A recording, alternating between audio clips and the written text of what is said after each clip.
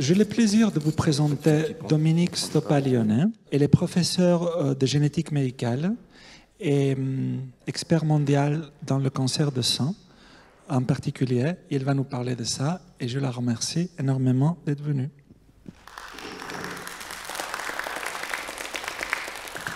Merci beaucoup, merci surtout Louis de ton invitation et puis merci à vous de votre présence. Et donc je vais essayer de relever le défi que tu m'as lancé, de parler de la génétique des cancers du sein avec un titre qui est assez focus, mais je vais faire quelque chose d'assez large autour de la génétique des cancers du sein pour ensuite effectivement introduire la variabilité, la pénétrance, et ce sera la fin du topo. Mais avant, je voudrais vous faire une introduction un peu générale sur le cancer du sein, sur la génétique bien sûr du cancer du sein, et je parlerai beaucoup des gènes BRCA1 et BRCA2. Mais d'abord cette première diapositive pour vous dire que le cancer du sein c'est une préoccupation mondiale dans la plupart des pays, en particulier occidentaux, puisque l'incidence, le taux annuel moyen de cancer est de 1 pour 1000 dans les pays occidentaux, donc ce qui est en violet, jusqu'à 1 pour 10 000 dans d'autres pays. Ces diapositives, pour vous redonner, puis ce sera la seule, quelques éléments quantitatifs. En rouge, c'est les courbes de morbidité, d'incidence de la maladie. En bleu, de mortalité. Le premier graphe, c'est l'incidence des cancers du sein donc chez les femmes par classe d'âge. Et donc vous voyez que avant 60 ans, enfin, le risque est déjà assez élevé. Il est plus important, bien sûr, entre 60 et 75 ans. Et puis même après 75 ans, il reste en plateau, il reste assez élevé, c'est-à-dire qu'il y a encore des diagnostics qui sont faits. L'autre diagramme vous donne le risque cumulé de cancer du sein à 74 ans en fonction de l'année de naissance, ou ce qu'on appelle un effet cohorte pour des femmes nées entre 1920 à 1950. Et vous voyez qu'en termes de morbidité, d'incidence de la maladie, eh bien, pour les femmes nées en 1920, le risque à 74 ans était de 6%, quand pour celles qui sont nées en 1950, donc qui ont 75 ans aujourd'hui, eh bien, le risque est de 12%. Donc le risque a doublé au cours il a doublé au cours de ces 30 dernières années. En revanche, la mortalité par cancer du sein, la courbe bleue, reste très stable, voire diminue et indique l'importance des traitements. Mais allons quelques siècles en arrière, et c'est une communication de l'Académie royale de chirurgie de 1757 qui rapportait, c'était un cas clinique, et c'est un chirurgien qui rapportait le cas d'une religieuse, je lis, qui avait à la mamelle droite un cancer pour lequel elle craignait l'extirpation plus que la mort, parce qu'une grand-mère et un grand-oncle maternel étaient morts de pareille maladie. Elle concluait que cette maladie était héréditaire et que son sang était vicié par un levain cancéreux naturel dans la famille, et qu'ainsi l'opération ne la guérirait pas, donc elle partait vaincue d'avance, ce qui était une erreur, et c'est d'ailleurs toute la problématique de la médecine prédictive d'éviter ce genre d'histoire répétée.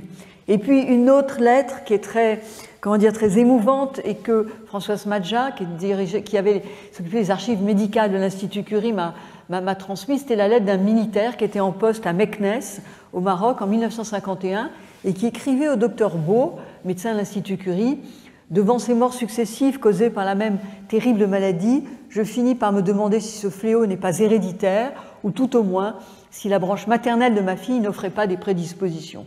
Ayant depuis le 5 février 1949 une fille exacte reproduction de ma mère, j'en arrive à craindre pour elle comment dépister cette affreuse maladie et la prévenir. » Cette lettre est tout à fait remarquable parce qu'elle dit de façon très précise la préoccupation des familles et les questions qui sont posées. Comment prévenir, comment dépister, comment empêcher la reproduction de l'histoire familiale. Et maintenant j'ai la réponse. Je montre rarement je crois que j'ai jamais montré la réponse du docteur Beau, mais voilà, j'ai retrouvé donc dans le dossier qui disait, qui répondait: je crois que c'est par une simple coïncidence que vous avez observé plusieurs cas de cancer dans votre famille. Il n'y a pas lieu de vous inquiéter en ce qui concerne l'avenir de votre petite fille, car le cancer n'est pas une maladie héréditaire.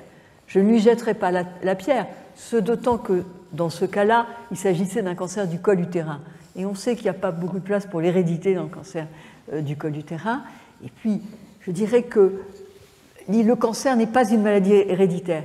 C'est vrai que le plus souvent, les cancers ne sont pas, enfin, ou du moins, la prédisposition au cancer n'est pas héritée. Il n'y a pas de substratum génétique constitutionnel à l'apparition d'un cancer. Mais dans quelques cas, oui, et c'est ce que nous allons voir. Et je voudrais revenir, je fais appel aux anciens et à Paul Broca, qui, dans son traité des tumeurs, à propos des tumeurs en général, disait « On trouve dans la science un grand nombre d'observations de cancer paraissant héréditaires. Personne n'a songé à récuser l'authenticité de ces faits, mais le cancer étant une maladie très fréquente, le calcul des probabilités démontre qu'il peut y avoir, par pure coïncidence, plus d'un cancéreux dans une seule famille, sans que pour cela il y ait lieu d'en accuser l'hérédité. » Et puis ensuite, il citait un certain Walsh qui, en fait, introduisait la notion de risque relatif. Il pense que d'après les faits connus, l'hérédité du cancer est probable, mais qu'avant de considérer comme démontré, il faut attendre des statistiques régulières suffisamment étendues. Il ne suffirait pas, en effet, de compter combien de cancéreux sur 100 ont eu des cancéreuses dans leur famille. Il faudrait démontrer que ce chiffre est supérieur à celui qu'on pourrait attendre d'une coïncidence pure et simple. Je trouve que c'est formidable, expliqué très simplement, et je voudrais l'illustrer avec ces deux situations.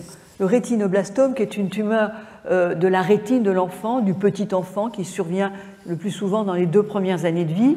Ici, donc, un arbre avec un homme, un père, qui a été atteint d'un rétinoblastome dans l'enfance, dont il a été guéri à l'âge de 1 an, et puis qui a une fille qui a un rétinoblastome à l'âge de 4 mois, et probablement le diagnostic-là a été fait plus tôt parce qu'on faisait une surveillance du fond d'œil de l'enfant.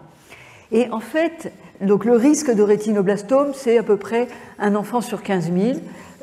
Et si on retient qu'il y a à peu près 800 000, il y avait 800 000 naissances par an en France, aujourd'hui nous sommes à 650 000, eh bien, on s'attend à 50 nouveaux cas de rétinoblastome. Effectivement, c'est ce qui est observé. Le 1 sur 15 000 est la conséquence de ce qui est observé. Eh bien, on s'attendrait à ce qu'il y ait un cas familial fortuit tous les 300 ans, puisqu'il faudrait faire donc 15 000 enfants divisé par 50, eh bien ça fait 300.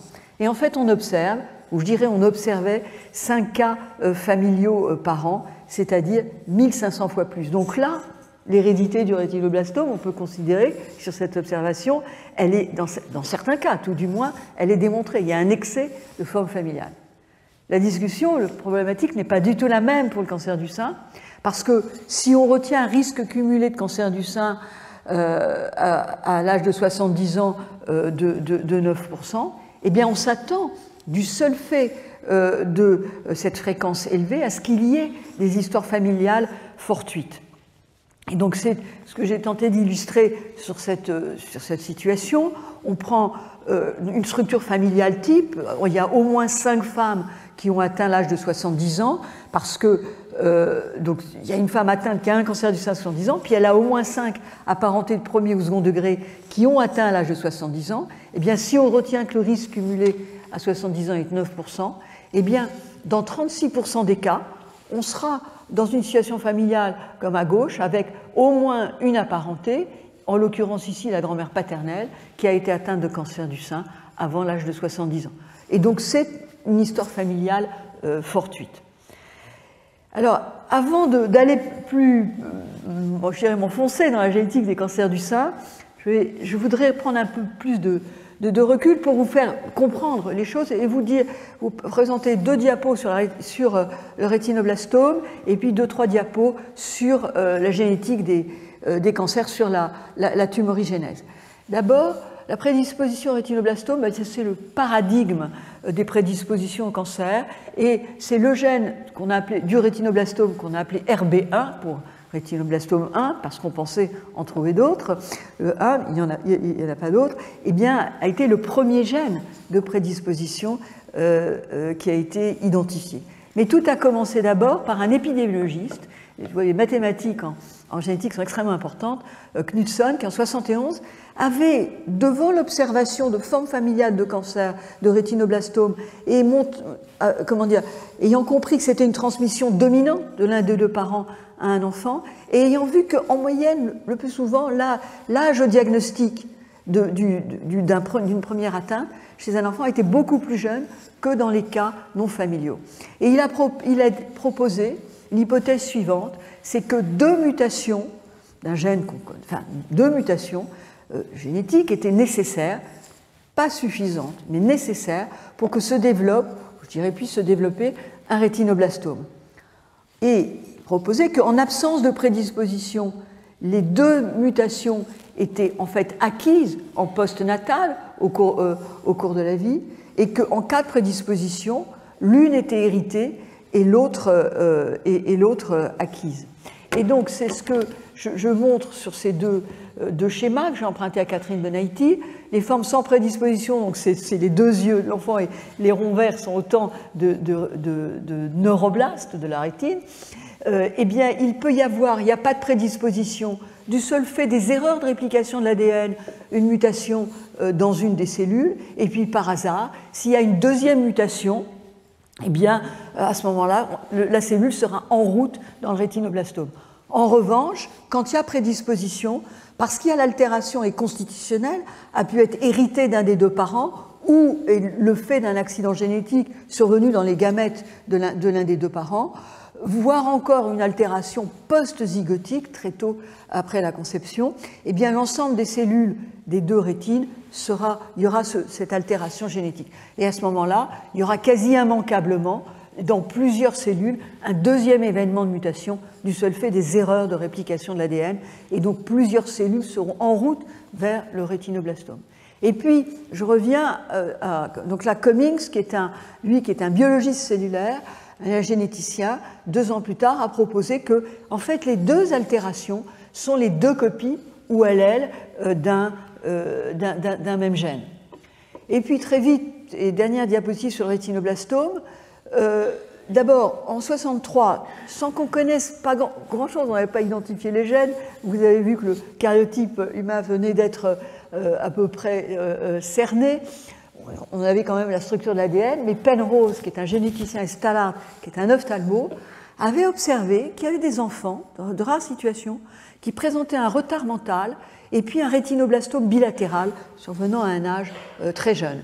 Eh bien, ils ont fait une étude cytogénétique et ils ont vu qu'il y avait une délétion dans un des chromosomes qui s'est avéré le chromosome 13. À ce moment-là, il n'y avait pas ce qu'on appelle le bunding des chromosomes, on les classait par groupe en fonction de leur taille. Et donc, ils avaient remarqué qu'il y avait une délétion partielle assez grande au niveau du futur chromosome 13.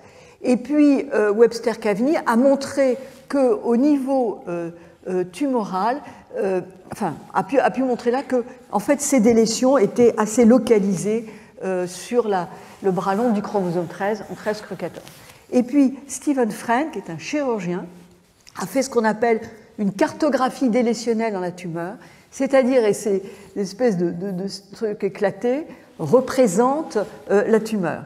Et donc, vous savez que nous avons toutes des paires de chromosomes, donc chromosome 13, eh bien, il a remarqué qu'au niveau tumoral, il y avait, en regard du chromosome qui pouvait être commun ici à une mère et un fils atteint, eh bien, en regard, il y avait une délétion de l'autre chromosome qui pouvait avoir une taille différente selon la tumeur. Et souvent, ces délétions, on les met en évidence indirectement par ce qu'on appelle une perte d'hétérozygosie. Eh bien, Stephen Friend a fait une cartographie délétionnelle. Il a recherché la plus petite région commune de délétion, et avec l'idée que le gène qui prédispose au rétinoblastome est dans cette région. Et là, je suis en train de vous expliquer ce qu'on appelle, c'est le clonage, je dirais le clonage positionnel. Et c'est ainsi que le gène RB1 a été identifié comme étant toujours le gène porteur d'une altération, d'une mutation différentes le plus souvent d'une famille à l'autre, et qui est, comment dire, et finalement, la prédisposition est transmise, le trait génétique est transmis selon le mode dominant, mais en revanche, l'impact tumoral, il est récessif, c'est-à-dire qu'il y a une inactivation du deuxième allèle. Et en fait, dans l'essentiel des gènes de prédisposition au cancer, ont ce mode de transmission dominant avec une expression récessive au niveau tumoral. Deuxième petite assise pour présenter ensuite la génétique des cancers du sein. Je voudrais rappeler que les cancers suivent un processus clonal qui est lié à l'accumulation dans une cellule, et ces cellules filles, d'altérations génétiques ou épigénétiques. Pour moi, l'épigénétique, c'est de la génétique. Donc, ces altérations confèrent un avantage sélectif. Et vous voyez sur ce schéma que j'ai emprunté à Marc-Henri Stern. Vous voyez, en haut, il y a une cellule qui a 2 cellules filles, et puis il y a une cellule qui est barrée. Pourquoi? Parce que, en fait, le processus, un cancer, c'est un processus darwinien de sélection. Donc, il y a un certain nombre d'altérations génétiques qui surviennent, mais qui, le plus souvent, rendent la cellule, quand il n'y a pas de survie possible, et la cellule est éliminée. Mais il y a certaines altérations qui confèrent un avantage sélectif, et à ce moment-là, petit à petit, il y a une accumulation d'altérations dans les différentes cellules. Et donc, il faut avoir en tête que les cancers sont des maladies génétiques de la cellule avec des tas de chemins différents qui conduisent au processus tumoral. Et c'est d'ailleurs une grande partie des recherches en cancérologie qui portent sur l'identification des gènes et des voies cellulaires altérées au cours du processus tumoral. Je vous recommande cet article de revue qui est très bien fait, qui fait une synthèse de la situation. Et l'essentiel des gènes, je dirais des processus tumoraux, ont été identifiés, probablement près de 600 gènes, ce qu'on appelle drivers. Par contre, on n'a pas identifié toutes les modalités d'inactivation des gènes drivers. Ça ne passe pas par des mutations proprement dites de la partie codante de ces gènes. Il y a des tas de, tout un système un grand nombre de modifications structurales, mais aussi de micro-ARN, qui vont modifier l'expression de ces gènes, et donc il y a encore beaucoup de travail à faire. Et finalement, ayons aussi en tête, donc, je vous ai dit que le cancer est une maladie génétique de la cellule, mais quels sont les événements de mutation comment surviennent-ils? Eh bien, il y a des altérations qui sont acquises au cours du processus tumoral, on parlera d'altérations somatiques. Elles surviennent tout simplement du fait des erreurs de réplication de l'ADN, 6 milliards de paires de bases à répliquer lors de chaque division cellulaire, et sachant que nous avons entre 10 puissance 13 et 10 puissance 14 de cellules, donc il y a des erreurs, même avec des ADN polymérases qui sont très performantes, même avec des voies de réparation qui sont également très performantes, il y a immanquablement des erreurs dans nos systèmes biologiques. Et puis plus nous vieillissons, plus le nombre moyen de mitoses pour une espérance de vie de 80 ans est élevé, est estimé à 10 puissance 16, donc là encore, les erreurs s'accumulent. Et puis, nous nous exposons à des agents mutagènes, soit l'UV, le tabac, l'environnement, les perturbateurs endocriniens, etc. Et donc tout ça, ça fait le lit des altérations somatiques. Et puis il peut y avoir des altérations constitutionnelles qui sont, je dis, souvent héritées. Pourquoi souvent héritées et pas toujours?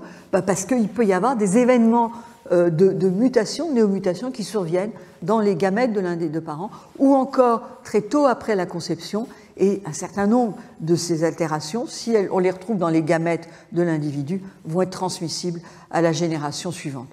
Et donc là, il y a 2 grands volets dans ces prédispositions.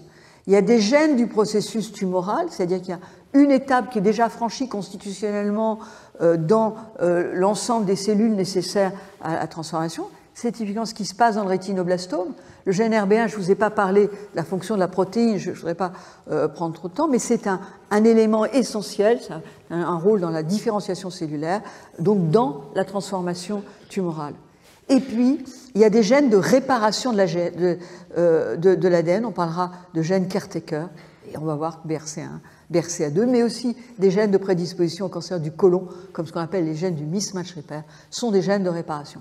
Et là, qu'est-ce qui se passe? Une personne qui a une anomalie dans un gène de réparation de l'ADN, elle va dans la cellule qui pourrait devenir tumorale, il va y avoir une accumulation d'altérations plus rapide que le simple fait des erreurs de polymérase.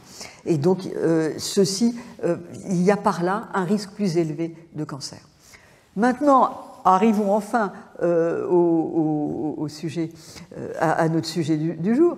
Finalement, la question que nous pose Broca et qu'on se pose, c'est quoi le risque relatif de cancer? Est-ce qu'il est supérieur pour une femme qui a une apparenté qui a été atteinte de cancer du sein? Est-ce qu'il est supérieur ou pas à celui de la population générale? Il ne suffirait pas de compter combien de cancéreux sur 100 ont eu des cancéreux dans leur famille, il faudrait démontrer que ce chiffre est supérieur à celui qu'on pourrait attendre d'une coïncidence pure et simple. Beaucoup d'études ont été faites et on sait depuis longtemps que pour une femme dont la mère a eu un cancer du sein, son risque de cancer du sein est multiplié par 1,8 par rapport à l'ensemble des femmes de la population générale. Et là, je cite une méta-analyse extrêmement importante qui a porté sur plus de 20 000 femmes. Et puis, si cette femme a non seulement une mère, mais aussi sa sœur atteinte de cancer du sein, le risque est presque de 3. Et si elle a une mère et 2 sœurs, eh bien son risque relatif est de 4. Juste au passage, 4, le risque relatif de 4, si on retient que le risque cumulé au cours de la vie est de l'ordre de 10%, eh bien on arrive à 40%. On est même sans connaître grand-chose, 40%, c'est comme si on était dans une situation de prédisposition transmission dominante, c'est-à-dire transmission dominante, il y a un risque sur 2 d'avoir un facteur génétique, un gène altéré, et si la pénétrance, donc un risque sur 2, et si la pénétrance est très élevée, admettons qu'elle soit de 80%, eh bien comme c'est un risque sur 2, finalement le risque tumoral est de 40%.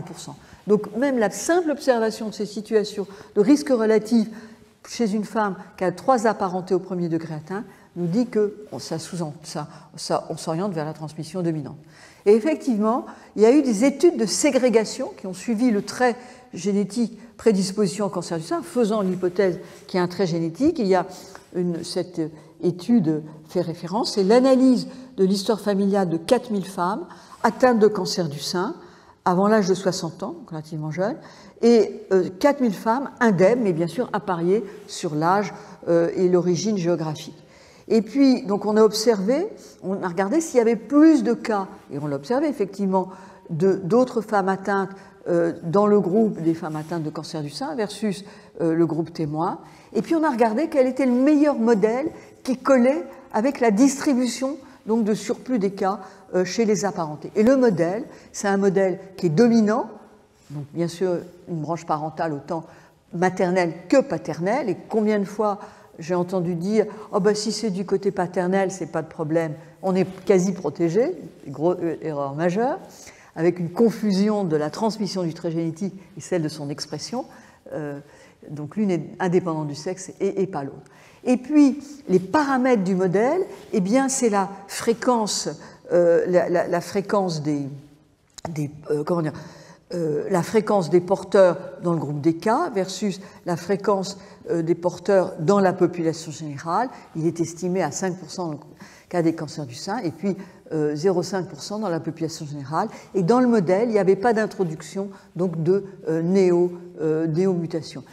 Et juste par exemple, pour le rétinoblastome, le taux de mutation, de néomutation est énorme. Il est de l'ordre de 80-90%. Donc le taux, la problématique des néomutations est très différente d'une situation de prédisposition à l'autre. Et donc ce graphe indique le risque de cancer par tranche d'âge de 10 ans, et donc chez les prédisposés en rouge. Et donc vous voyez aussi que le risque est extrêmement important dans ce modèle de ségrégation avant l'âge de 50 ans, donc c'est des âges de diagnostic jeunes. Donc l'identification des premiers gènes de prédisposition au cancer du sein, c'était il y a 30 ans. On a fêté l'année dernière l'identification de BRCA1 et cette année c'est celle de BRCA2. Eh bien, l'identification s'est faite par des études de liaison génétique, contribution et la contribution a été essentiel de familles à cas multiples de cancer du sein, dont la répartition des cas pouvait coller avec un trait dominant avec pénétrance élevée. Puis Marie-Claire King a localisé un premier gène de prédisposition. Et puis, dans le cadre d'un effort international, le Breast Cancer Linkage Consortium, eh bien, la position du gène a été confirmée, précisée. Et puis, au terme d'une compétition internationale très importante, Myriad Genetics a identifié BRCA1 comme étant le gène qui était dans la situation d'intérêt et qui était toujours le siège de mutation chez les femmes atteintes de cancer du sein et s'inscrivant dans une famille liée à BRCA1. Et puis très vite, on s'est aperçu que BRCA1 ne rendait pas compte de l'ensemble des familles à cas multiples et un deuxième gène a été identifié, donc BRCA2, très rapidement, là par le groupe de Mike Stratton en Grande-Bretagne. Et ce qui est intéressant, c'est que ces approches qui ont révolutionné la génétique médicale, ces approches par liaison génétique, où on parlera encore de clonage positionnel, eh bien, c'est des approches agnostiques. On ne sait pas du tout, il n'y avait pas d'hypothèse sur la fonction du gène identifié. Quelques diapositives pour vous dire aussi les difficultés qu'on a à étudier ce gène. Il y a une perte de la... En fait, ce que je veux vous dire ici, c'est qu'il y a, comme dans le rétinoblastome, on a une transmission dominante avec une expression récessive au niveau cellulaire, en ce sens qu'il y a une perte de l'allèle qui est non liée à la maladie. Et donc le second allèle, il est inactivé de façon diverse. Ça peut être par effectivement une délétion, il y a un gros morceau qui manque de ce qu'on appelle l'allèle sauvage, mis en évidence par perte d'hétérozygosie. Ça peut être aussi une mutation ponctuelle, ou ça peut être encore une méthylation du promoteur, notamment c'est vrai pour BRCA1, pas vrai pour BRCA2 qui ne se laisse pas méthyler comme cela. Je veux dire, et donc il y a des conséquences de cette situation, puisqu'on s'attend à ce moment-là à des mutations qui sont inactivatrices, qui vont donc inactiver le gène. Et comme il y a plusieurs façons de casser quelque chose, par contre, il y a peu de façons d'activer, de mettre en marche quelque chose. Eh bien, de la même façon, pour un gène, il y a des tas de façons donc, de l'inactiver. Donc, on s'attendait à un grand nombre de variants pathogènes. Et donc, le corollaire de tout ça, c'est que l'analyse donc de l'ensemble du gène était nécessaire. Et cette diapositive vous montre là que pour BRCA1, c'est vrai pour BRCA2, c'est la structure du gène, ici en protéines. Et puis la partie basse du diagramme, c'est bâtons sont autant de mutations inactivatrices rapportée, et la taille de la barre est proportionnelle au nombre de fois où elle était rapportée. Et donc en novembre 2024, au niveau national, près de 1300 variants BRCA1 pathogéniques, parce qu'on s'était engagé sur le caractère pathogène du variant, parce qu'ils introduisent notamment un chrono-stop. Donc 1300 variants pathogènes différents ont été rapportés dans la base de données FROG, base de données oncogénétiques, mais le drame, c'est qu'il y avait aussi, voire beaucoup plus, de variants de signification inconnus ou VSI qui étaient identifiés. Et c'est un paradoxe du séquençage de notre génome, c'est que plus on identifie de variants pathogènes, plus on identifie de variants de signification inconnue. Ça ne veut pas dire qu'ils ne servent à rien, donc c'est un variant, on ne sait pas les interpréter. Probablement, un certain nombre sont pathogènes, un certain nombre sont bénins, et puis probablement aussi un certain nombre ont un effet, je dirais, intermédiaire. On pourra parler de variants avec un effet hypomorphe, et donc ça rend les choses extrêmement complexes. Et donc, en rouge, on a mis là, ce sont les variants pathogènes ou vraisemblablement pathogènes classés, donc à ce moment-là, en classe 5 pour pathogènes, vraisemblablement pathogènes en 4. Ils sont utilisables pour le conseil génétique. Par contre, les variants de signification inconnue, c'est le gris, le grand sac gris, de la classe 3, ne peuvent pas être pris en compte aujourd'hui. Ils font l'objet de recherches très importantes. Et c'est vraiment une difficulté qu'on a, nous, en pratique clinique, parce que souvent,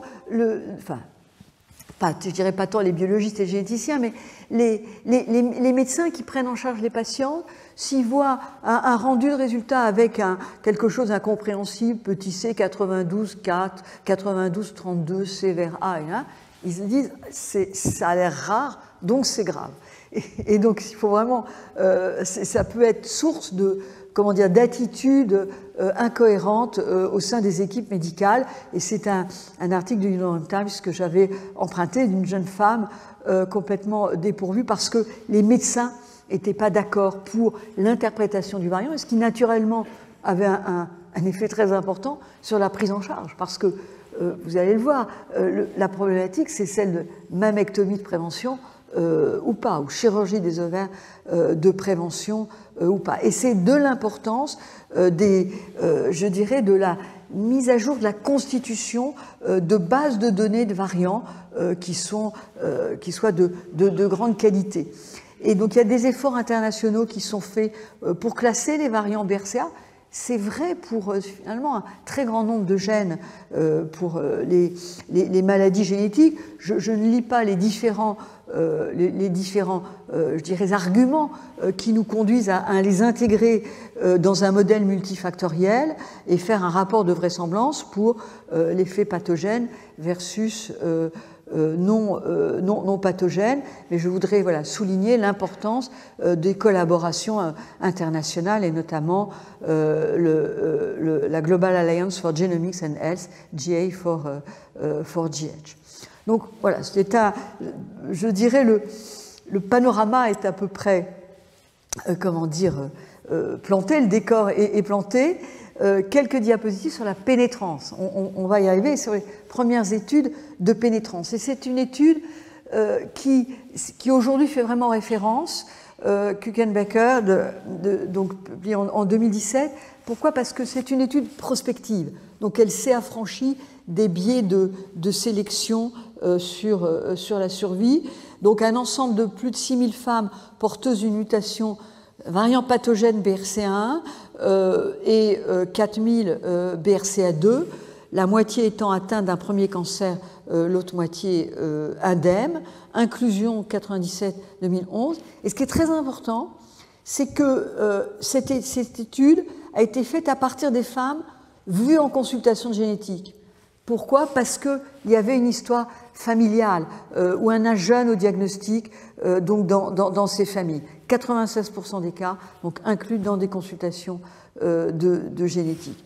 Et donc ça a permis, du fait de ces études prospectives, d'estimer le risque cumulé de cancer du sein et de l'ovaire, parce que je ne vous l'ai pas dit, mais BRCA1, il y a un risque associé d'atteinte de l'ovaire, et puis d'autres risques, mais qui sont beaucoup plus faibles, je vous en dirai un mot.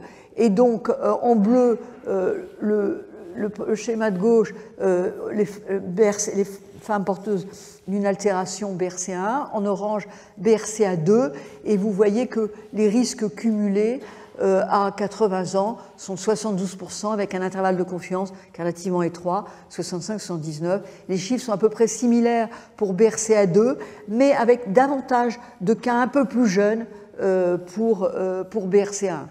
Et puis à droite, ce sont les risques d'atteinte de l'ovaire, avec un risque ovarien qui est très important pour BRCA1, qui est de l'ordre de 44%, plus faible pour BRCA2. Et là, le risque relatif par rapport à la population, le risque d'ovaire, est très, très élevé. Parce que le risque ovarien dans la population, il est de l'ordre de 1 à 1,5%. Donc vous voyez, on est là dans des risques extrêmement élevés. Et puis, il y a d'autres risques tumoraux, notamment avec BRCA2 chez les hommes, prostate, mais d'atteinte également du pancréas, là chez les hommes et les femmes, et également d'atteinte pulmonaire. Ces diapositives pour vous dire qu'une femme qui a fait un premier cancer du sein dans un contexte BRCA2 a un risque très important de faire une atteinte de l'autre côté. Le risque est de 2% pour BRCA1, le risque annuel est de 1,5% pour BRCA2, ce qui fait un risque relatif de 2 à 3 par rapport à l'ensemble des femmes qui ont fait un premier cancer du sein. Et d'ailleurs, ce qui est intéressant, au passage, vous pouvez dire, bah oui, mais c'est pas des risques aussi élevés que de faire un premier cancer. Et ça, en fait, ça nous dit aussi indirectement que toutes les femmes qui font un cancer du sein, elles ont un risque de faire une atteinte contralatérale, là je suis dans la population générale, qui est plus élevé que de faire un premier cancer du sein.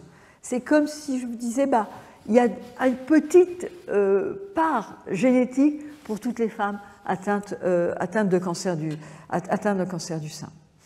Je me passe cette diapositive. Cette diapositive pour vous dire, en une diapo, c'est quoi les enjeux de ces tests génétiques. Et aussi, d'abord, je voudrais souligner que les tests de prédisposition au cancer, et en particulier BRCA1, BRCA2, ils sont vraiment emblématiques de la médecine prédictive. Le terme médecine prédictive n'est pas heureux, il est dû à... Enfin, il est pas, je veux quand même rendre hommage à Jean Dosset, qui l'a créé, mais voilà, le mot prédictif sous-entend une prédiction, une pénétrance très élevée, quand en fait, elle n'est pas forcément si élevée, puis quand il y a des choses à faire. Il n'empêche que l'objectif de la médecine prédictive, c'est d'estimer pour une femme, une personne, soit indemne, le risque qu'elle développe une maladie donnée. Et la légitimité de la médecine prédictive repose sur le fait que savoir doit permettre de prendre des mesures de prévention ou de traitement et par là de diminuer l'impact de la maladie attendue. Revenons à BRCA2. Eh bien, on va recommander chez les femmes prédisposées un suivi annuel par IRM, mammo, échographie à partir de l'âge de 30 ans ou 25 ans. On fera l'IRM jusqu'à 65 ans. Et puis, c'est toute la problématique de la chirurgie préventive, prophylactique. L'ablation des ovaires et des trompes est recommandée. Aujourd'hui, dès 40 ans, en cas d'altération de BRCA1, elle peut être retardée à 45 ans si BRCA2. Et la chirurgie mammaire de prévention, avec bien sûr proposition de reconstruction, elle n'est pas recommandée, mais elle doit être discutée. Elle peut l'être dès 30 ans ou plus tard, mais je ne dirais pas trop tard. C'est-à-dire qu'une femme qui a 60 ans, un diagnostic de prédisposition BRCA vient d'être identifié, elle n'a rien, eh bien probablement elle est moins à risque que l'ensemble des femmes BRCA1. Donc le bénéfice attendu d'une chirurgie mammaire pour elle serait moindre. Et puis, ces tests sont aussi très importants pour la prise en charge d'une femme atteinte d'un premier cancer du sein, parce qu'au moment du diagnostic, va se poser pour elle la question des modalités de la chirurgie. Est-ce qu'elle doit être conservatrice ou non, avec l'idée, si elle n'est pas conservatrice, d'être dans la perspective d'une prévention chirurgicale contralatérale. Donc voilà, à grands traits, les grands enjeux de ces tests génétiques. Je n'ai pas parlé de la diffusion de l'information dans la famille, mais je dirais que ça va avec. Et maintenant, je voudrais revenir à, les BRCA1 et BRCA2, enfin, au rôle de ces protéines. Parce que finalement, je vous ai dit, le clonage positionnel, c'est une démarche agnostique. On ne sait pas à quoi ça sert. Et pendant plus de 3 ans, alors que BRCA1 avait été identifié, on ne savait pas à quoi il servait.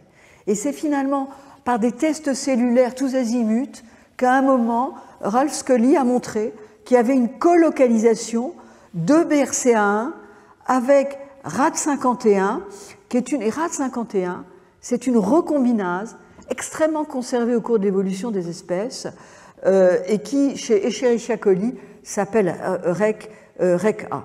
Et puis plus tard, Alain D'Andrea, grand spécialiste de la maladie de Fanconi, et puis c'est Venkit Araman, qui a montré, là aussi on faisait des expériences tous azimuts, BRCA2, on a invalidé, quand on identifie un gène, d'abord on fait un knockout chez la souris, puis on voit ce que ça donne. Les souris invalidées pour BRCA2, elles ne survivaient pas, dans la plupart des cas. Eh bien, ils ont gardé les caractéristiques chromosomiques des cellules embryonnaires de souris et ils se sont aperçus que la cytogénétique était celle de la maladie de Fanconi, c'est-à-dire des cassures double brin, des structures radiales ou quadriradiales, donc montrant qu'il y avait une anomalie de réparation. Et Alain Andrea travaillait sur la maladie de Fanconi, une maladie qui est très hétérogène, c'est-à-dire sur le plan génétique, même si c'est une maladie monogénique, un enfant atteint de maladie de Fanconi eh bien, a un seul gène atteint, mais les enfants ont des enfants non apparentés entre eux. En fait, ce sont des gènes différents qui sont impliqués. L'un des gènes attendus à partir de groupes de complémentation est FANCD1. Eh bien, on s'est aperçu que c'était le gène BRCA2. Et ça a été une grande surprise de s'apercevoir que ce gène, très fréquent dans la population générale, est à l'origine, quand il est le siège de mutations bialléliques, ce qu'on appelle homozygote ou hétérozygote composite, une altération sur chacun des deux gènes, est à l'origine donc d'une maladie récessive grave. Et la maladie de Fanconi, je ne vous l'ai pas dit, mais c'est une insuffisance, correspond à une insuffisance médulaire. Ces enfants qui ne savent pas, qui ont une aplasie médulaire, il y a une anémie, une aplasie, une insuffisance des globules blancs, des plaquettes, puis il y a d'autres malformations, et il y a un risque ensuite de cancer. Et donc ça a été une grande surprise de s'apercevoir que finalement BRCA1 comme BRCA2 sont des gènes de réparation de l'ADN. Je ne vais pas aller dans le détail de cette diapositive, juste pour vous dire que ces protéines codées par ces gènes ont un rôle clé dans la réparation par recombinaison homologue des cassures double brin, de l'ADN. Et donc, je reviens sur cette diapositive que je vous ai montrée. Donc, ces altérations constitutionnelles, les gènes de réparation, donc ce sont finalement des gènes caretaker qui interviennent dans le processus tumoral parce qu'ils vont amplifier, ils vont augmenter le taux de mutation dans la cellule qui peut devenir tumorale. Mais en même temps, il faut aussi avoir en tête que les cellules qui sont invalidées pour BRCA1 ou 2, elles ont tendance à mourir. Il y a un taux d'apoptose très important dans les cellules invalidées. Et de la même façon, il y a un taux de la chimio et la radiosensibilité des cellules invalidées pour BRCA1 et 2 est extrêmement important. Mais il n'empêche que sur les milliards de cellules dont nous sommes composés, en particulier si c'est au niveau mammaire, ovarien, du pancréas, il va y avoir immanquablement quelques cellules qui auront un avantage, une mutation avec un avantage sélectif, et en particulier une altération, une mutation du gène TP53. Je continue sur ces gènes de prédisposition. La recherche peut avancer, il peut y avoir des découvertes de rupture, mais c'est souvent une démarche analogique. C'est-à-dire on avance pas à pas, et quand on s'est aperçu que BRCA1 et BRCA2 étaient des gènes majeurs de la réparation des cassures double brin de l'ADN, eh bien, tous les gènes qui sont impliqués dans le processus, ou qui pouvaient l'être, sont devenus des gènes candidats pour la prédisposition. Et les gènes, notamment de la maladie de Fanconi, dont on avait certains été déjà identifiés, ou d'autres ne l'étaient pas, certains gènes plutôt étaient devenus également des candidats pour la prédisposition au cancer du sein. Ce schéma vous montre finalement que BRCA2, c'est une énorme protéine qui stocke ou relargue la petite recombinase RAD51 en rouge, et BRCA1, qui est en haut en rouge, c'est une espèce de protéine échafaud, scaffold, qui va recruter des tas d'autres protéines autour pour mettre en route la machinerie cellulaire de réparation. Et donc, un certain nombre de protéines, et donc par là de gènes, sont devenus des gènes de prédisposition. Ce schéma que je vais vous remontrer, il donne le panorama des facteurs génétiques de prédisposition au cancer du sein et les outils avec lesquels ces gènes ont été identifiés et construits. Alors, je ne vous ai pas parlé de la première ligne qui est en gris. Ce sont des situations qu'on appelle syndromiques. Et je ne vous en parle que là, sinon ça nous emmènerait très loin. Il y a certaines situations familiales où on se dit c'est autre chose. Et notamment, le syndrome de Lièvre-Frobeny, c'est des situations familiales très graves, avec des familles avec des cancers du sein des tumeurs cérébrales, des sarcomes, et qui sont liés à des altérations constitutionnelles du gène TP53, qui est le gène le plus fréquemment muté au cours du processus tumoral, puisque justement, il évite l'orientation de la cellule vers l'apoptose. Le gène PTEN, maladie de Coden, CDH1, etc. Je ne vais pas plus avant. Ce sont ce qu'on appelle des situations syndromiques de prédisposition. Puis la deuxième ligne, deuxième paragraphe, c'est BRCA2. Et puis ensuite, c'est les autres gènes qui ont été identifiés à partir d'études d'association. C'est des gènes candidats qui étaient, parce que c'était la diapo précédente, on sait que les protéines sont des partenaires de BRCA1 ou BRCA2, et c'est comme ça qu'on trouve PALB-B2, ATM, BARD1, RAD51C et D, donc autant de gènes différents qu'on a mis en évidence, qu'on a associés à la prédisposition au cancer du sein, parce qu'ils étaient plus fréquemment mutés dans le groupe des cas versus le groupe des témoins. C'est les études d'association. Puis on verra après le dernier point. Et donc cette diapositive vous montre en abscisse, c'est la fréquence allélique, c'est-à-dire, ayez en tête que la fréquence des porteurs, c'est 2 fois la fréquence allélique. Et donc vous voyez qu'il y a certains gènes, notamment les gènes syndromiques, PTEN, CDH1, TP53, ce sont ces situations extrêmement rares. BRCA1, BRCA2, c'est beaucoup plus fréquent, et je vous donnerai une diapo. Et puis, en ordonnée, c'est le risque, de façon logarithmique, le risque de cancer du sein. Donc c'est une diapositive, je dirais, en 2 dimensions, qui vous permet d'avoir une vision, je dirais, à peu près complète du panorama, mais on va y revenir. Cette diapositive, pour vous dire, c'est les études d'association. Donc, le séquençage très haut débit a bouleversé la recherche augmentant les capacités formidables de séquençage. C'est un article d'un consortium international important qui a fait donc des études sur un nombre de cas, et donc le nombre de cas est invraisemblable. Près de 50 000 femmes atteintes de cancer du sein, non sélectionnées, c'est important, non sélectionnées pour leur histoire familiale. Ce n'est pas l'étude de Kuchenbecker dont je vous ai parlé avec l'estimation des risques à partir des consultations de génétique. Donc 50 000 cas, 50 000 témoins. C'est vraiment des situations formidables. Donc 34 gènes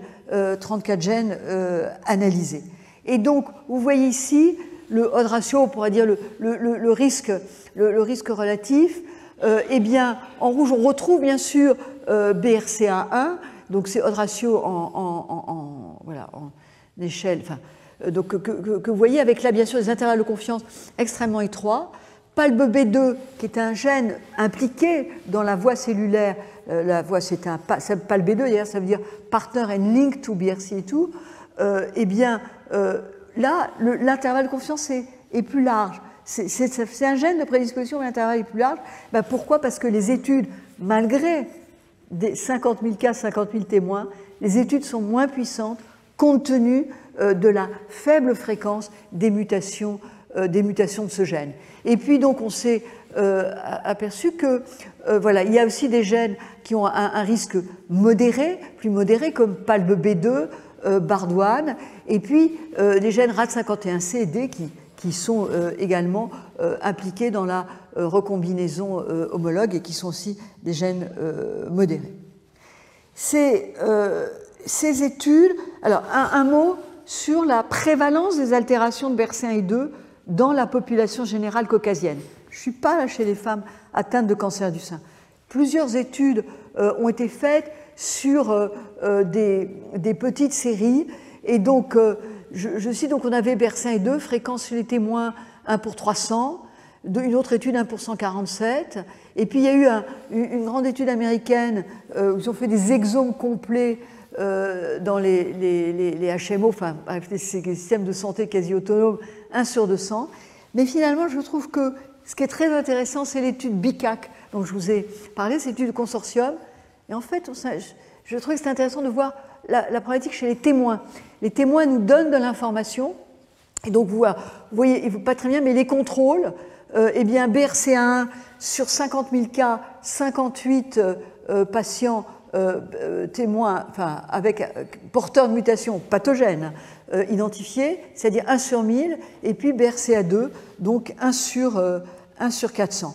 Et donc finalement, on est, si on fait la somme BRCA1 ou 2, la probabilité d'identifier dans la population générale est de l'ordre de 1 sur 250 à 1 pour, donc à 1 pour 300. Donc c'est très fréquent.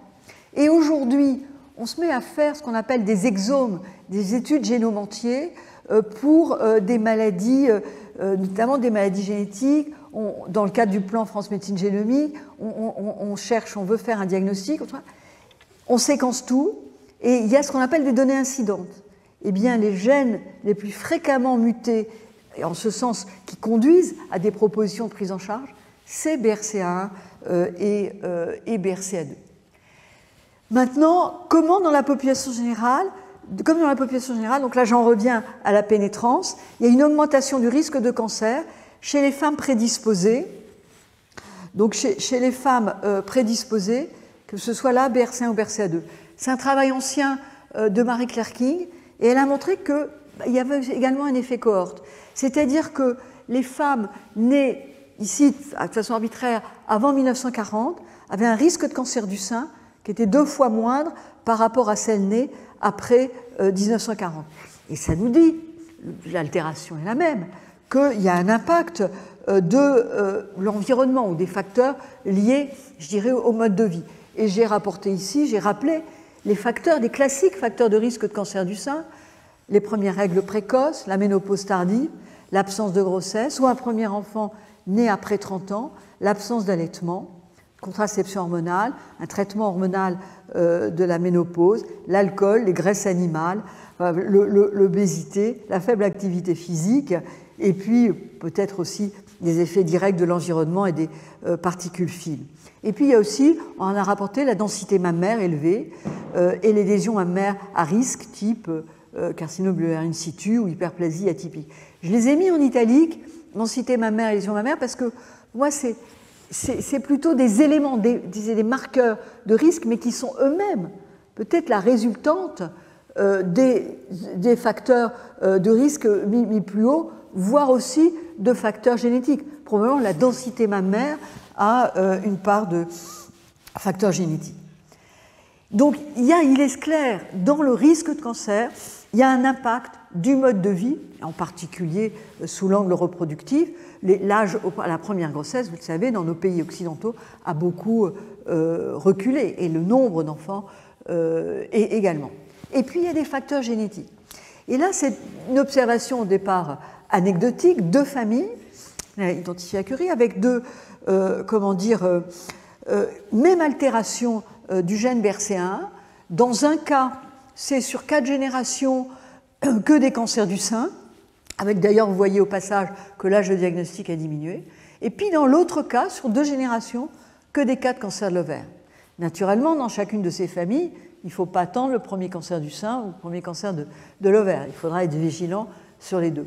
Et puis de cette observation, il y a eu un travail qui a été fait en Israël, qui est assez ancien, parce qu'en Israël, il y a dans la population ashkénaze, il y a 2, vous dire mais il y a surtout 2 variants pathogènes ou mutations qui sont très, très fréquents, l'un pour BRCA1, l'autre pour BRCA2, et qui reflètent ce qu'on appelle des effets fondateurs.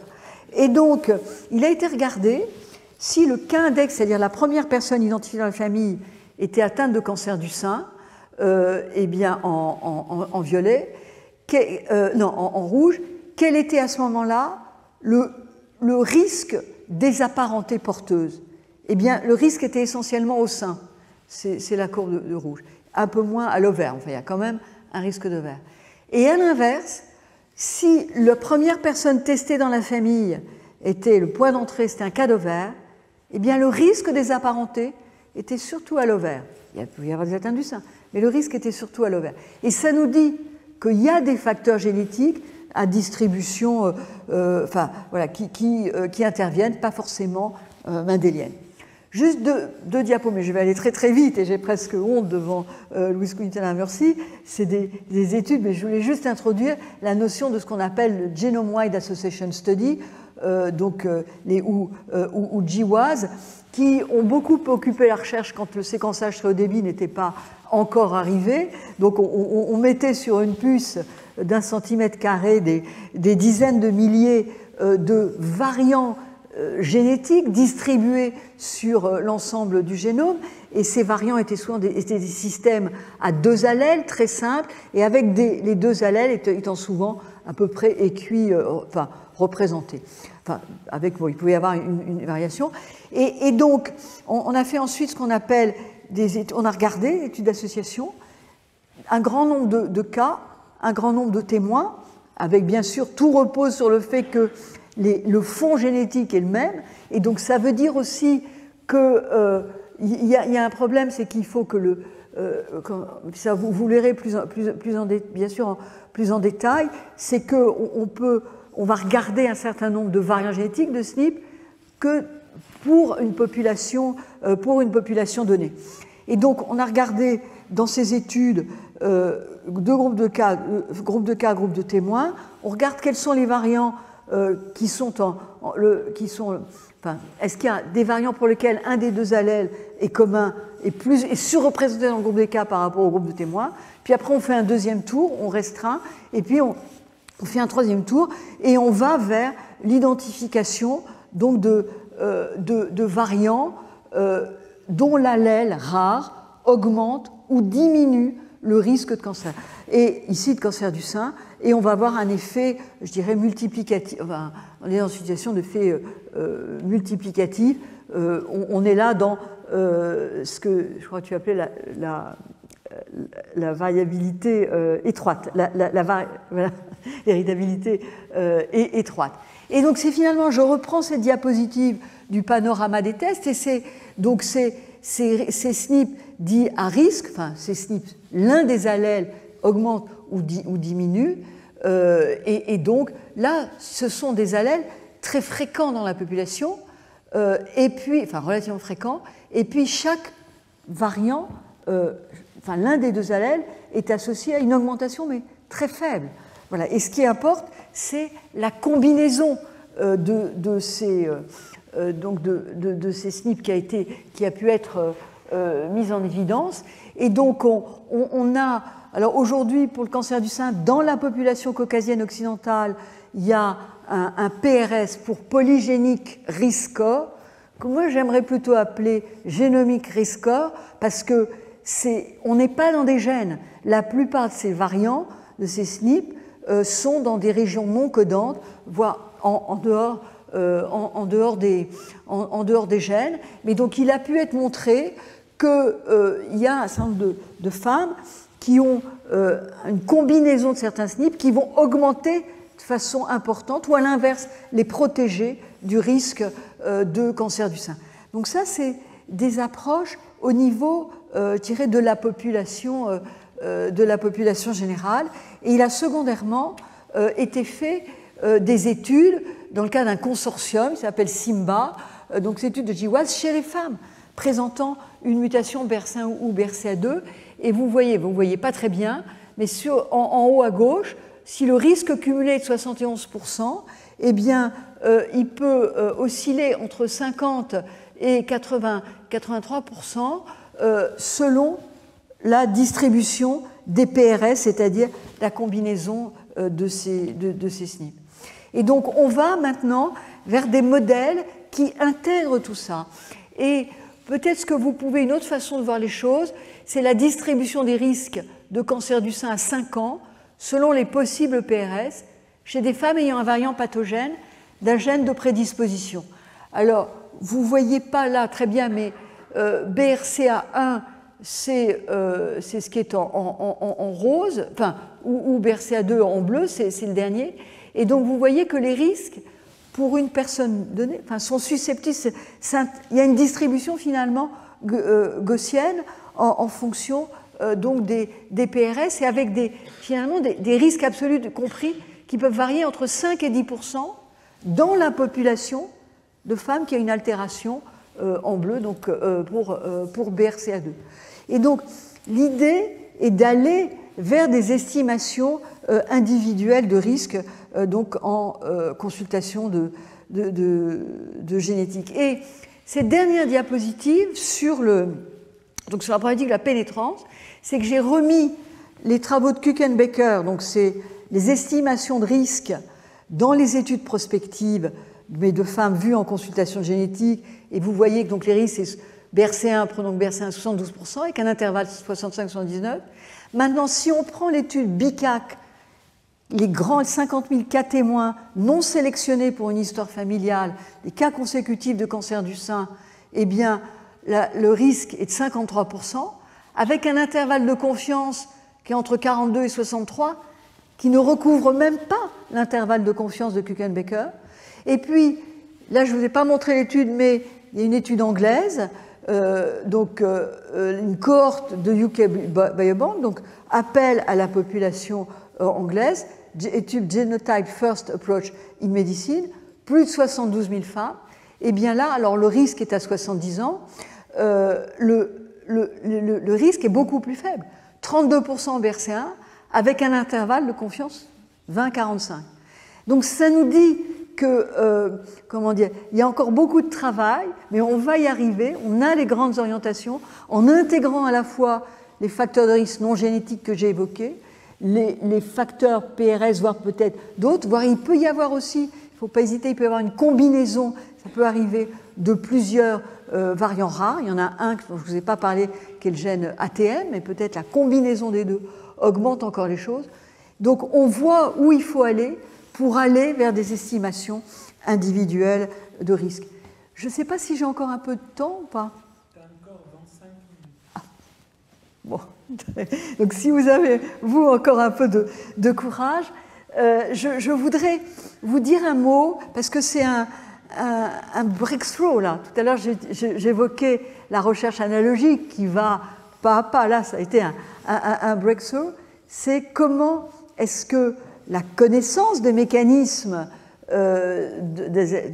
du rôle de BRCA1 et BRCA2 dans la tumorigénèse, gène donc de réparation de l'ADN, a conduit à une innovation de rupture et à l'identification d'un nouveau traitement dans ces situations.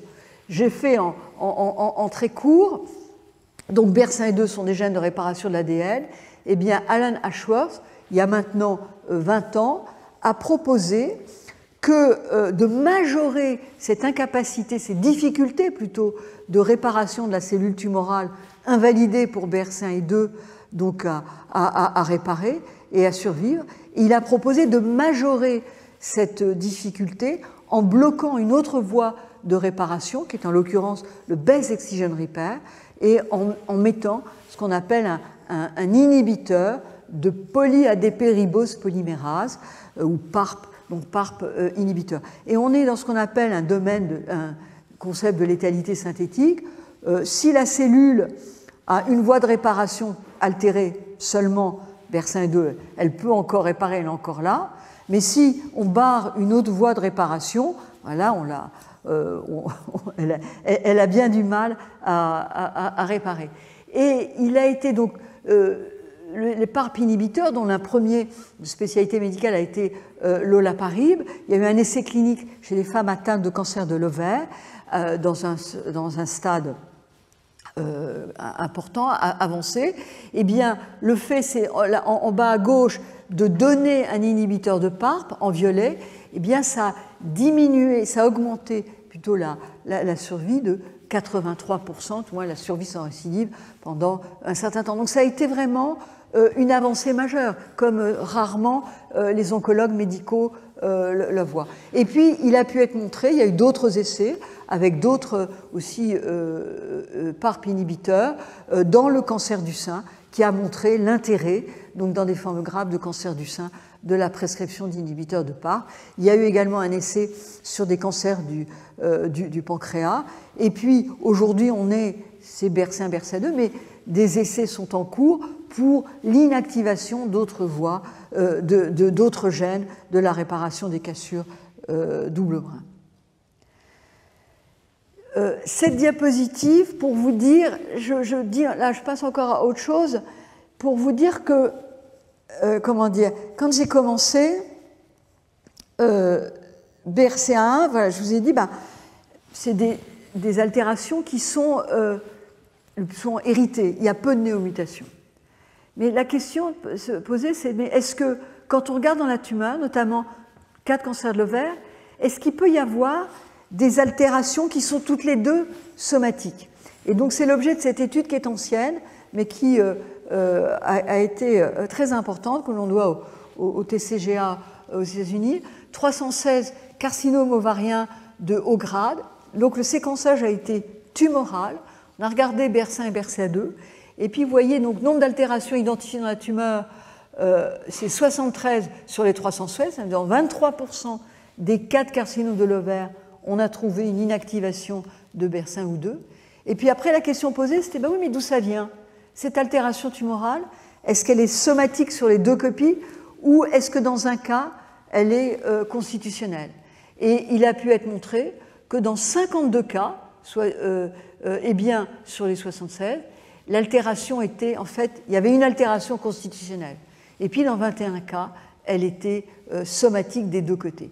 Et donc ça veut dire que maintenant, quand on fait une étude tumorale, eh bien, et quand on étudie certains gènes, et en particulier BRCA1 et BRCA2, du fait de la fréquence des altérations constitutionnelles à l'origine de la situation, ici dans cet exemple, dans 71%, 52 sur 73, eh bien, 71% des altérations de ces gènes sont en fait constitutionnelles. Et donc, il y a des tests finalement tumoraux qui sont des tests, quasi des tests constitutionnels. Bien sûr, on verra, on regardera la réalité au niveau constitutionnel, mais on est amené finalement à faire des tests chez une femme atteinte d'un cancer de l'ovaire dans une forme grave pour trouver un traitement qui lui convienne.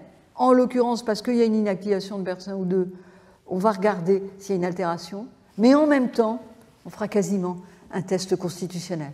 Donc c'est difficile pour elle. Et cette diapositive, qui est une espèce de synthèse, elle est assez facile à lire si vous vous mettez dedans.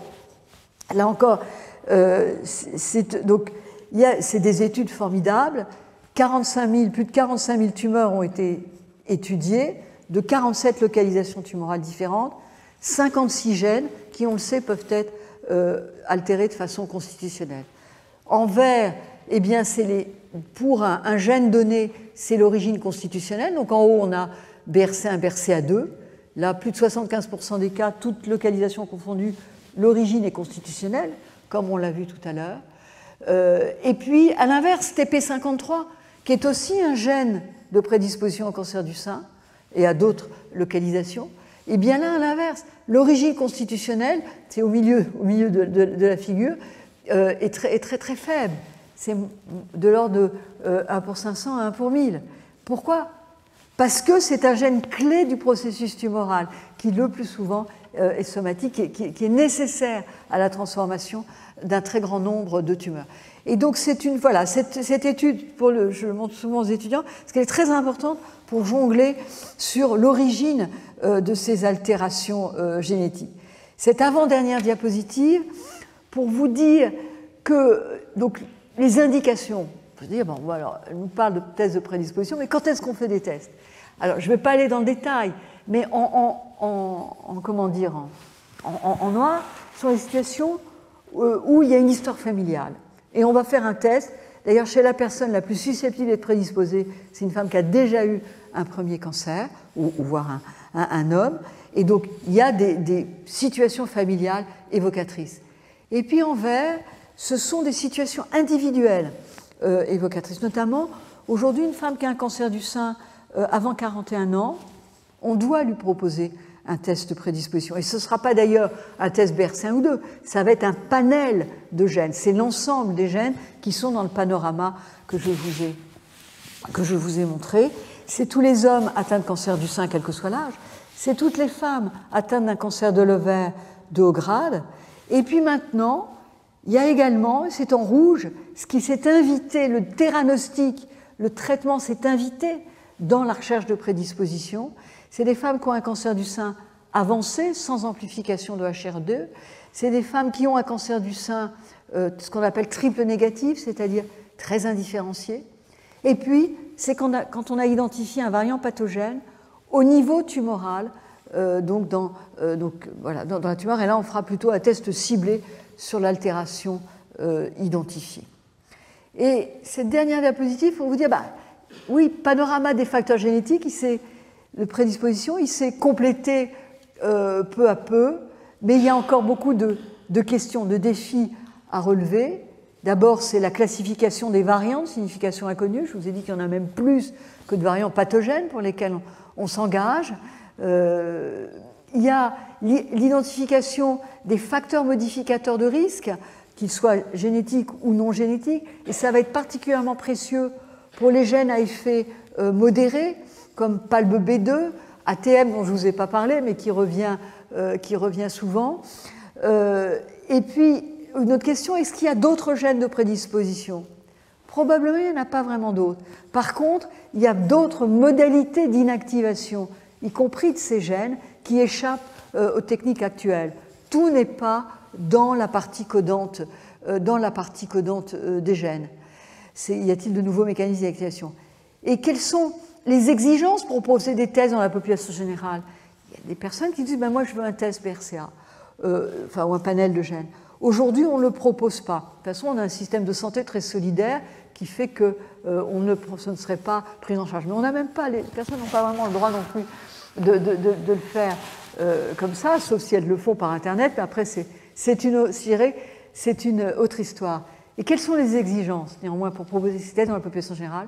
C'est, de mon point de vue, c'est d'aller plus avant dans la classification des variants de signification inconnue et d'être capable d'aller vers une estimation individuelle du risque tumoral, c'est-à-dire l'intégration des facteurs génétiques et non génétiques. Mais dans tous les cas, il y a des prérequis qui, je dirais, sont non négociables sur la conduite des tests. C'est d'abord des tests de qualité, c'est ne pas se tromper dans l'interprétation d'un variant.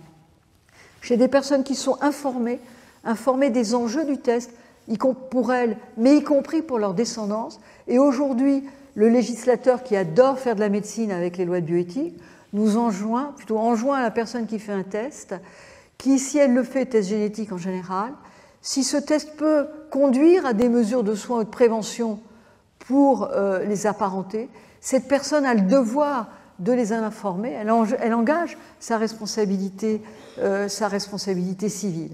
Donc c'est très important, c'est des personnes informées, libres de leur choix, c'est la notion de consentement qui est derrière. Je m'interroge toujours sur la liberté du choix quand il y a un intérêt theranostique, parce que ces femmes finalement oscillent entre le besoin de savoir pour elles, pour leur traitement, et puis ensuite le devoir de transmettre à leurs enfants. Et c'est des personnes qui sont accompagnées, essayer de les accompagner, déculpabiliser de la transmission éventuelle d'un trait génétique à leur enfant, et puis des personnes protégées, pas de mesure de discrimination. Voilà, je propose de m'arrêter là. J'aurais été un peu plus courte, parce que je vous aurais libéré.